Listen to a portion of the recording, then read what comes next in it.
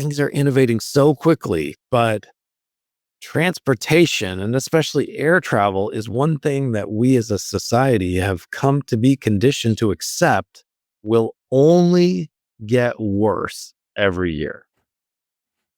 Well, why? Why should we accept that? I mean, we're calling BS on that. No, I don't agree with that.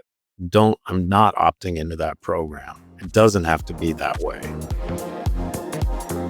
Well, Ken, thank you for coming on the Think Like an Owner podcast.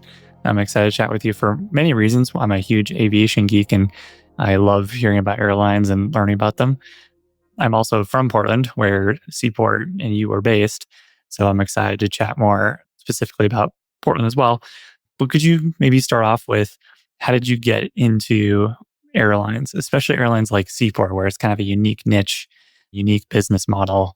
I would love to kind of hear more about what got you excited about airlines and seaplanes and niche travel like this. Well, I was not in aviation. I'm not a pilot. I didn't even really have much of an aviation interest. I came at it from the other side. I was a customer, a frequent business commuter between Portland and Seattle. And this was, 20 years ago. And I was going up there often, like every other week or so. And I did everything. I drove, and that was 3.5 hours typically. I took the train, that was usually 3.5 hours. And then I'd fly, and that would be 3.5 hours. And it just never made sense to me that if the jet can't beat the car to Seattle, I mean, what's the point? So I've been working on a project downtown Portland, a waterfront project with a client. And I said to him one day when we were standing on the river, I was like, wouldn't it be cool if we could run flow planes from here to Lake Union in Seattle? And a couple weeks later, we were having lunch and he says to me, hey, I was thinking about your idea. And I thought he was talking about something about the project we were working on. I said, no. The airplane thing, the seaplane to Seattle, let's do it. I'm like, okay. So that was the genesis of SeaPort Airlines. We originally thought about running flow planes from the Willamette River to Lake Union. And we did a whole engineering analysis on it. We hired this firm, Parsons Brinkerhoff, and I think we spent like $15,000. It was a lot of money, back then, to come up with an analysis of the Willamette River as a seadrome. And after now having owned and operated seaplanes for 15 years, I mean, I could have told you in 10 seconds it wouldn't work. But back then, we needed a big, fancy engineering firm to tell us it wouldn't work. And because we didn't know anything, but it doesn't work. Can you explain? Yeah. Why doesn't it work? Because I don't know. I don't have the 15 years or experience. Well, if you look at Lake Union, which is a wonderful place to operate flow planes, although they are having a lot of challenges with recreational paddleboarding as that's become more popular, it creates a lot of potential conflict with flow planes. But Lake Union has no current. It's a lake. It has no bridges that cross it. There's bridges kind of in the corners, right, on the ship canal, but it's free of any, structures hanging in the air. And then finally, because there's no current and there's not much flow from elsewhere, it doesn't have a lot of debris in the water. Well, the Willamette River has all of those things. It's got a lot of current, it's got a lot of debris, and it's got a lot of bridges.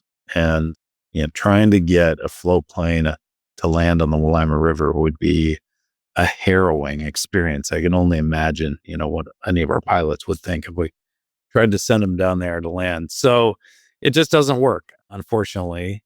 And so when we determined that wouldn't work, we started talking about wheel planes, and it was Shane Carlson at Northwest Seaplanes said to me, you should look into a PC-12. And so we did, and come to find the PC-12 is this unicorn of an airplane that's pressurized and fast, incredibly capable, and yet also tremendously economical to operate.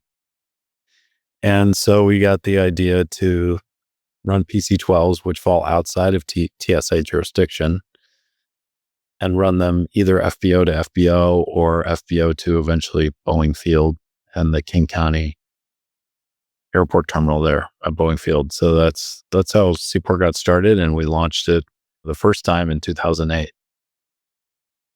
You walk me through some of those years because it seemed from the outside looking in, the strategy evolved somewhat. You added eventually essential air service. The Cessna Caravan was added as well at some point. What were the kind of different phases of the first version of SeaPort? Well, so I launched SeaPort as the original CEO and co-founder in June of 2008. And then I left in November of 2009. My partner and I had a falling out, and he was the money guy and I was the idea guy. So he got the house and I got the dog, and went off to Alaska. So I can only tell you what I know from observation after I left. They got into the caravans and everything long after I left. But originally, the Seattle Portland, the eponymous route was all we were going to do. And then the economy decided to go into recession and fuel prices spiked. In July of 2008, just as especially as a historical comparative point from what's going on right now, to put things in perspective, that month, oil hit $147 a barrel. And so and that was in 2008 dollars, mind you. So it puts our today's $95 a barrel oil in perspective. I mean, it's still high, but comparatively, we've been through much tougher times. And so we were scrambling. I mean, we were undercapitalized. Fuel prices were spiking. The economy was going into recession. We were looking for we had to scale the business or it was going to sink. And so just so happened the state of Oregon was putting out an RFP for air service to Newport and Astoria. And they had put together this collection of funding, both from a Connect Oregon grant and from some congressional funding. And we bid on that service and won. And then we also went after essential air service contract for Pendleton and bid on that and won against Horizon, by the way, who was the incumbent there. So that felt pretty good. And, pretty soon we had a little business going there, all PC-12s, all Portland based, all serving the Northwest.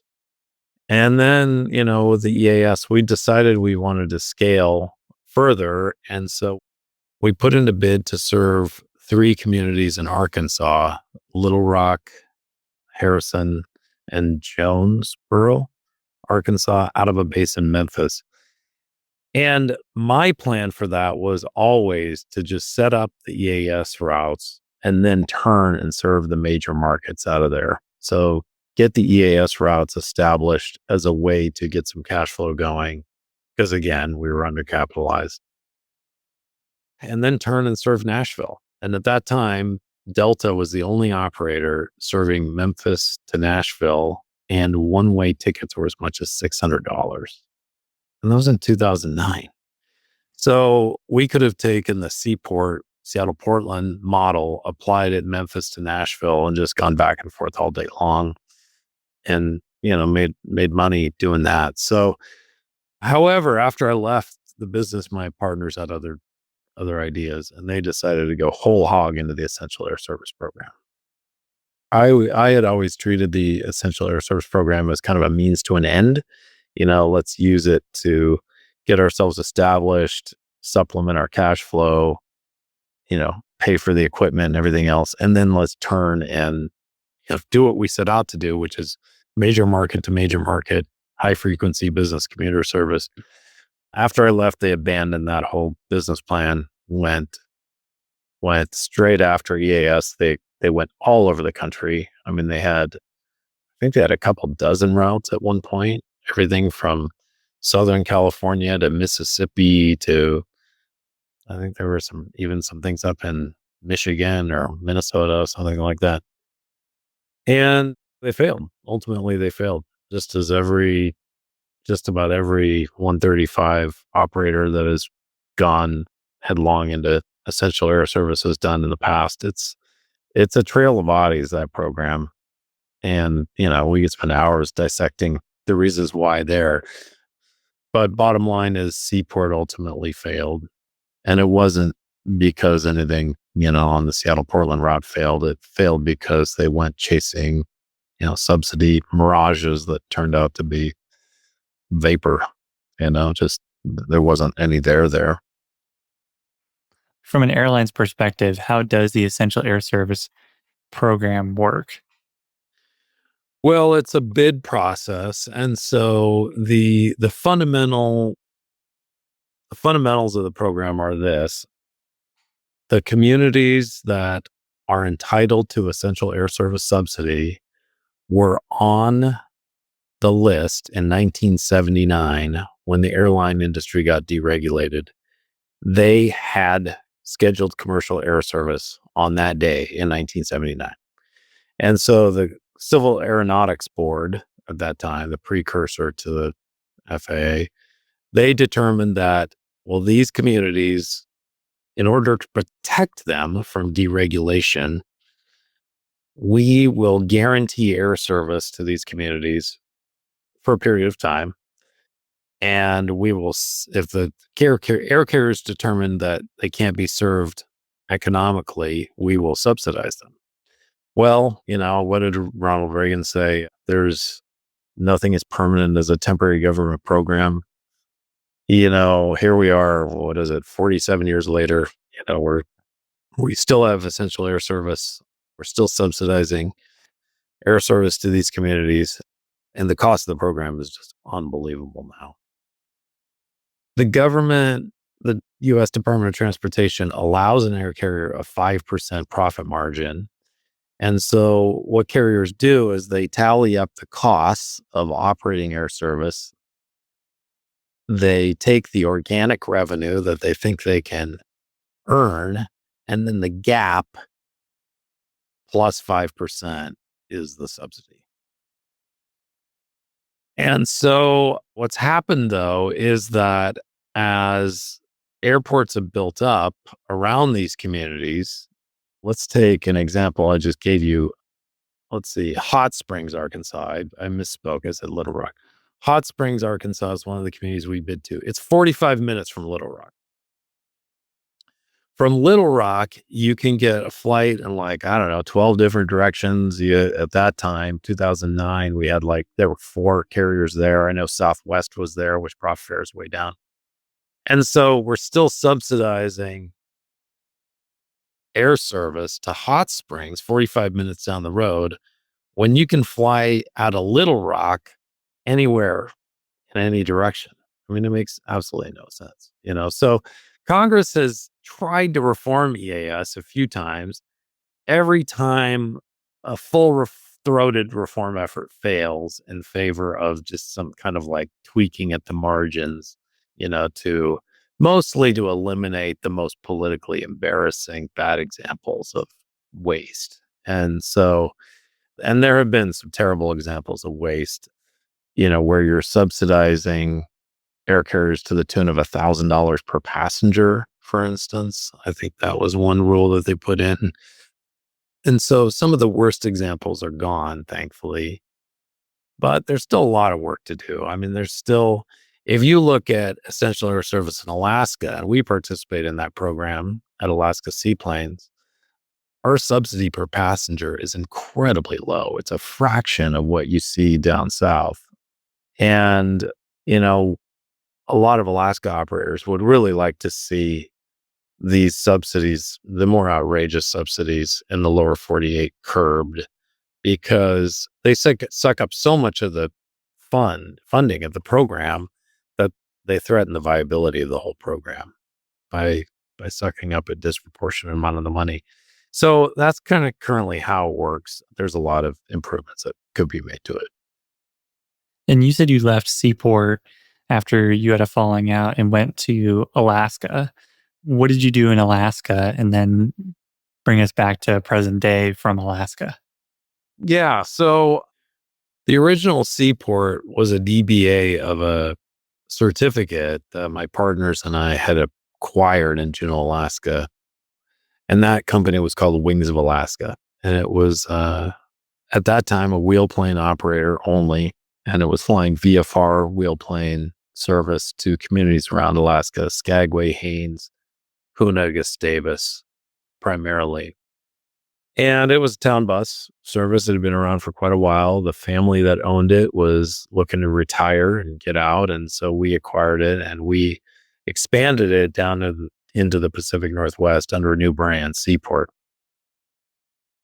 Well, after I left Seaport, had the falling out with my partner, a lot of the folks in Alaska that still worked for that operation and which we had still owned, they started leaving as well. And one of them, Mike Stedman, was the president of Wings of Alaska. And he and I decided to team up and buy a little mom and pop float plane operation in Juneau called Alaska Seaplanes. They had 3 de Havilland Beavers and a Cessna 180, and they flew scheduled service to 4 communities, all in floats, year-round business. A very small, I think we had 15 employees. We bought that in 2011. And since then, we've grown it. We acquired another operator, Air Excursions, which was a wheelplane operation a year later. And then we were competing against my former partners, which was cathartic. And we just kept growing and growing into their market share. And eventually they went out of business. And we've had other competitors come and go. And today we're the regional airline for Southeast Alaska. So we cover 14 communities from Skagway in the north to Ketchikan in the south. Another airline joined our family of companies 3 years ago. That's Island Air Express. And so between Alaska Seaplanes and Island Air Express, we have about 250 employees, about 20 aircraft, and we fly both wheel and float plane service across Southeast Alaska. And we're the town bus, it's an archipelago of islands, and there's really only 2 ways to get there. There's the ferry and a small air service like ours. And so we fly people back and forth to the doctor. We do a lot of tourists in the summertime, of course. We fly the mail, UPS, a lot of Amazon goes on our airplane, a lot of Instacart. Actually, that's becoming more and more popular. You wouldn't believe the number of pizzas we fly, or even McDonald's sometimes. When you live in a small village in Alaska, there's sometimes not a lot of retail options. And so people will, they'll have stuff shipped in from Juneau and Ketchikan. So yeah, it's been a wonderful business. We have a wonderful group of people. My business partners and most of us have been together for 15 years, almost since the beginning. And so it's a family owned business. There's 7 families. And it was that same group that a couple of years ago decided to restart SeaPort Airlines. So SeaPort is it's just another DBA. So all part of the same Alaska Seaplanes Island Air Express family of companies. Gotcha. And so, what are you taking from what you learned in Alaska and applying today with Seaport that maybe would look different from the first iteration you had? Like if I've shadowed you for a day in 2008 and then again today, what do you think I would notice? Well, a lot less hair today. Spectacled. Quite a few more wrinkles. Yeah, I mean, you know, at first blush, you wouldn't notice much different. But from where I sit, everything's different. Because the first and foremost is just the people. I mean, we have an incredibly experienced, fantastic team at SeaPort Airlines today. We actually moved one of our chief pilots, Ian Fisk, a longtime Juneau guy. He moved his family down to Seattle to start SeaPort for us. We also moved Brandon LaPierre, who is a dispatcher for us in Juneau, incredibly smart young guy. He moved down to Seattle to become the SeaPort operations manager. And so those two gentlemen have really built the business up. And so we call that ripping off a piece of our sourdough. We took part of our operations in Alaska and brought it to Seattle and added flour and water, and it tastes the same. It really I'm very proud of the fact that we have the same culture here at SeaPort, the same customer service centric culture, a very strong safety culture, and a culture of just attracting and cultivating really good people. We've really assembled a terrific team here. And I think that that's somewhat of a contrast with the first SeaPort, which was a little more ragtag. I guess the second thing I would say is that we're much more sophisticated about our back end systems. We have the benefit of being we've been doing this 15 years. Alaska Seaplanes itself has been in business since 1997, so almost 30 years. And we just have a much more sophisticated way of going about all this than we did the first time around. The third thing is we're much better capitalized now. We own all of our own equipment. We purchased all the PC-12s to operate SeaPort. We have very high standards for our equipment and for how we maintain them, for how they look. The first time around, we couldn't even afford to paint our fourth airplane. Even the first three got kind of a partial paint job. This time around, we had all the aircraft painted in the same livery. We've had avionics upgrades, interior upgrades. We wanted to start out right on a good foot. So we have the capital to do all that. And then I think the fourth thing I'd say is that in terms of being different from the first SeaPort, the first time around, is that we have a strategy. We have a plan.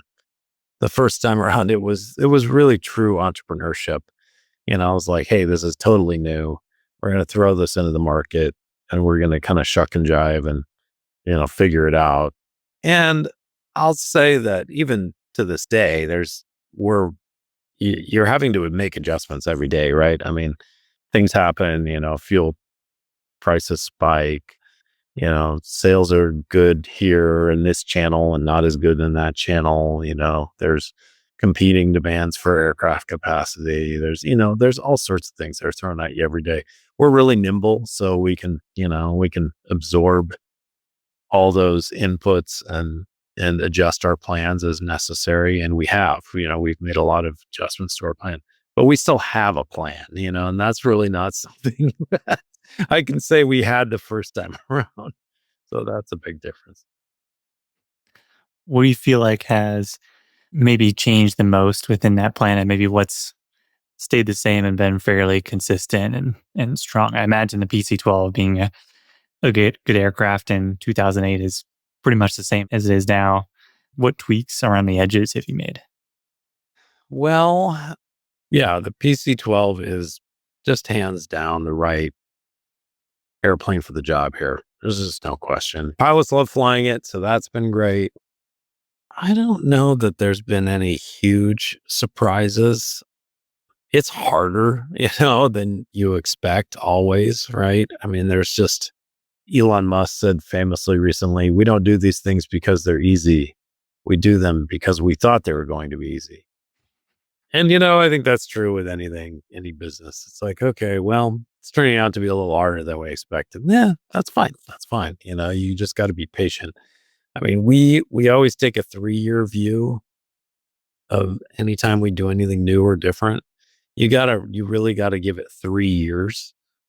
It takes that much time for awareness to build, for you to work out various operational kinks, for you to, to have credibility and leverage with vendors to optimize your pricing on, various input costs and things like that. So it takes some time. you got to take the long view in this business. It's ever humbling too, and like I said, you make adjustments. So we made a decision to go to Spokane a little sooner than we had originally planned. So that was part of our plan. So that's a change.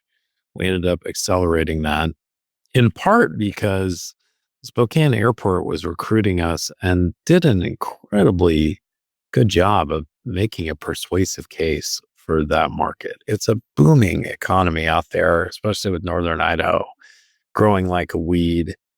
And then when we went out and actually visited Felts Field, I mean, there's only so much you can see of it on the internet. It's sometimes you got to really like go into some place and like, holy cow, this is a gem.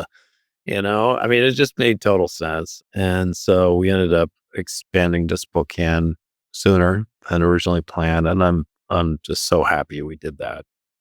And that's already paying off. So I don't know. I'm sure there'll be something else tomorrow, right? You just got to keep adjusting.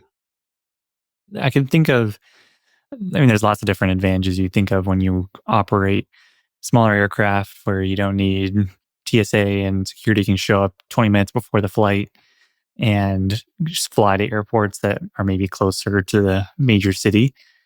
What are some kind of like unknown or maybe underappreciated values of the seaport model of smaller aircraft into smaller airports? When you hear from customers after they use it for the first time and they take a flight, what are some of the things where they're like, oh my gosh, I never thought like this was possible. I could do this or that. Yeah, right. Well, everybody loves free parking. Everybody loves the That's true. proximity of the parking. I mean, they just can't believe it. I can park 100 feet or less in some cases from the check-in counter. Yes, you can park 100 feet or less from the check-in counter. And then the airplane is only another 150 feet beyond the counter. So they're amazed by the scale, the quaintness of Boeing Field, and just how charming that airport building is. The original 1930s Seattle airport terminal that always surprises people pleasantly. The speed of the service, of course. I mean, we advertise that. I mean, that's our whole value proposition: is we cut your travel time in half versus flying through SeaTac and all the rigmarole that is involved with that. 7-story parking garages and half-mile walk to your boarding gate, and all in all, the whole experience. But the one thing that I think almost every person that flies it for the first time, when I ask them how it was, or you see reviews on LinkedIn or Google or something, is how wonderful the customer service is. And that to me is the most gratifying, because that's not necessarily saving them any time. It's not even fundamental to our value proposition, right? It's just our culture, and it's the way we do things, and we take a personalized approach to it. And the fact that your airline agent knows your name, that is just something that some people find so remarkable. But it's true. You walk into the Portland office and Gene or Anna greet you by name if they've seen you before. And then you barely have a chance to sit down before you're whisked onto the airplane and whisked off to Seattle. And so, that's been really gratifying. The feedback about our customer service, and it's been one of the best pleasant surprises about Seaport so far. I mean, the whole experience is so much more personal just by default because there's only 9 seats. There's 2 pilots. So at most you'll have almost a dozen people together.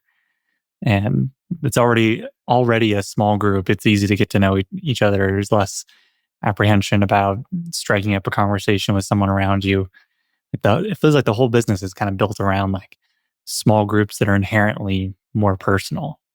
Yeah, I've really enjoyed getting to know some of our passengers on the flight.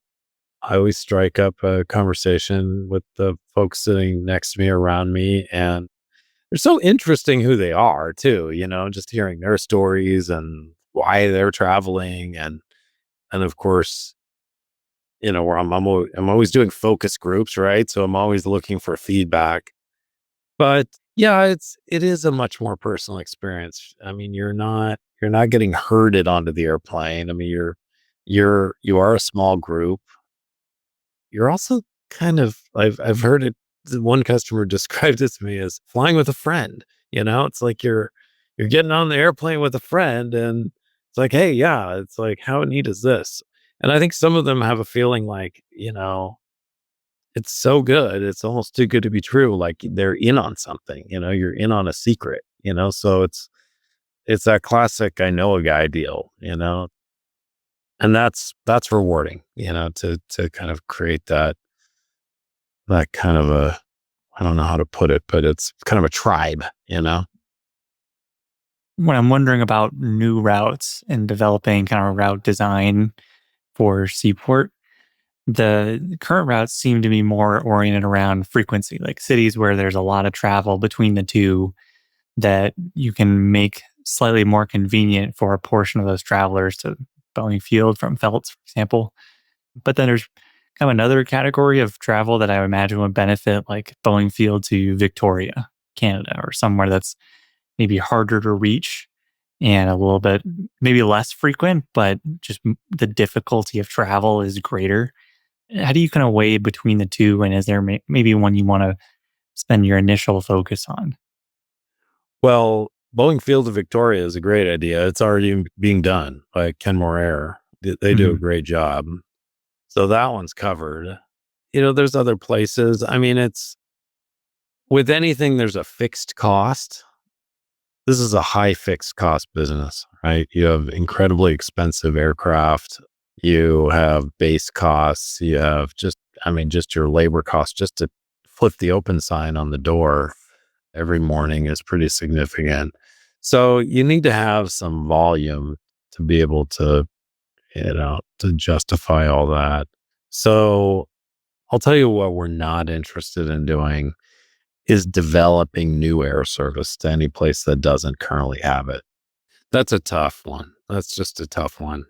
I'm not saying it can't be viable and maybe someday we'll look at it, but if a community doesn't have air service, it doesn't mean people in that community don't fly in airplanes. They just drive to an airport nearby and fly out of there. So, you think about places like, well, Astoria, for instance. We operated out of Astoria in the initial seaport, and I have a particular interest in this. I got a cabin in Ocean Park, Washington, right across the river. So I spent a lot of time in the Lower Columbia. It was personally, just really gratifying to me to be able to initiate air service to Astoria, and it was helping serve my former client base down there in the seafood industry as well as tourism. So I was really excited about it. I spent a ton of time working on developing that air service, on marketing it, on partnerships with the local community and everything else. And I remember this would have been in the I think it would have been in the fall of 2008. I was out pounding a lawn sign for a political candidate. I was doing some volunteer work at Camp 18 on Highway 26. Are you familiar with that by chance? It's a big No. restaurant. It's a big log cabin style restaurant. Anyway, it's on Highway 26 between Portland and Astoria. And I was stopped there on the side of the road pounding this lawn sign in, and this SUV comes and stops right in front of me, pulls off the highway. And the executive director of the Port of Astoria jumps out of the car. And he was the guy who'd been the architect of this whole air service development project to Astoria. And I said, "Hey, Peter, what's up? Where are you going?" He said, "Oh, we're driving into Portland." I'm like, "Oh, you got shopping or something?" "No, we're going to PDX to catch a flight." And I was like, "Well, why didn't you take the sea? We're flying 3 times a day at that point. Why didn't you take the Seaport flight?" "Oh, we're gonna go to Costco on the way back and, this, that, and the other or whatever." And it's just, I don't know, we live on the west side, and driving back to Warrenton to to the airport to catch the flight out. It just didn't seem to make sense. And so anyway, and that's when I knew right then and there that Air Service to Astoria was going to fail, because if the port director who developed the whole idea wasn't even using it himself, then it just wasn't going to work. And that's an example where that community, Astoria, is simply too close to Portland. It's too close. The airport is in Warrenton, which is to the west of the population density. The population density is therefore, closer to Portland. And they've gotten so used to driving after 2 decades of no air service that, it's like the people are creatures of habit, especially nowadays, with Bluetooth, hands-free calling, and we all have heated seats, and, your car is comfortable. So there's probably somebody out there that thinks that they can go make a business out of starting air service to underserved communities that don't have it. Hey, more power to you. I mean, I was that guy. I was, kind of the bright-eyed entrepreneur, just starting out and recognized an opportunity. And it may be there, but it will take a long time. It'll take a lot of effort, a lot of capital, a lot of sweat equity. And you really ultimately will have to change people's habits, which is a tough thing to do. And we're seeing that firsthand with SeaPort. That's kind of the hardest part is, even after the awareness challenge, you got to change people's habits. So, that's one thing I guarantee you won't see us doing, is starting air service to places that don't have it currently. But yeah, make no mistake, we want to grow for sure. Yeah, we want to grow. There's opportunities out there. What do you want SeaPort to look like in a few years here? In a few years, I would like to see SeaPort as the new regional business commuter service for the Pacific Northwest, connecting more communities to Seattle, serving as really the go-to for same-day business travel, to be able to get to Seattle and back in a day, or from Seattle to these outlying communities and back in the same day. That's really my vision, is to bring the communities of the Pacific Northwest closer together and to make intra-region travel easier, less friction, quicker, and just simply more doable. I mean, you think about all of the travel that doesn't happen currently simply because the barriers are too high. And in this day and age, it really makes no sense. It shouldn't be the case that air travel within the Pacific Northwest is slower and more difficult today than it was 25 years ago. I mean, think about that. We live in a society where you have all of the knowledge of the history of the world in the palm of your hand now, especially with AI. And I can ask my AI any question and get the answer in milliseconds. And things are innovating so quickly, but transportation, and especially air travel, is one thing that we as a society have come to be conditioned to accept will only get worse every year. Well, why? Why should we accept that? I mean, we're calling BS on that. No, I don't agree with that. I'm not opting into that program. It doesn't have to be that way. We are not prisoners of SeaTac and the Port of Seattle. We can free ourselves and cast off those chains and move over to the People's Airport, Boeing Field, and fly out of there without all the hassle and rigmarole. And hey, you get to park for free too. I mean, there's no reason we can't do that. So that's what we're doing. And we're going to make that available to more communities across the Pacific Northwest. And it's going to be a golden age of travel again. Yeah, that'll be really exciting. Ken, thank you for coming on the podcast. This has been a ton of fun. I'm fascinated by airlines and have a bunch more questions, but I'll save them until we get to have lunch or a coffee in person, hopefully here pretty soon. But thank you for sharing your time. All right. You bet, Alex. Appreciate your interest. Thank you for listening. I hope you enjoyed today's episode of Think Like an Owner. If you enjoyed the show, please consider leaving us a review and telling a friend to help more folks find Think Like an Owner. For full episode transcripts and our weekly newsletter, please visit our website at dlaopodcast.com.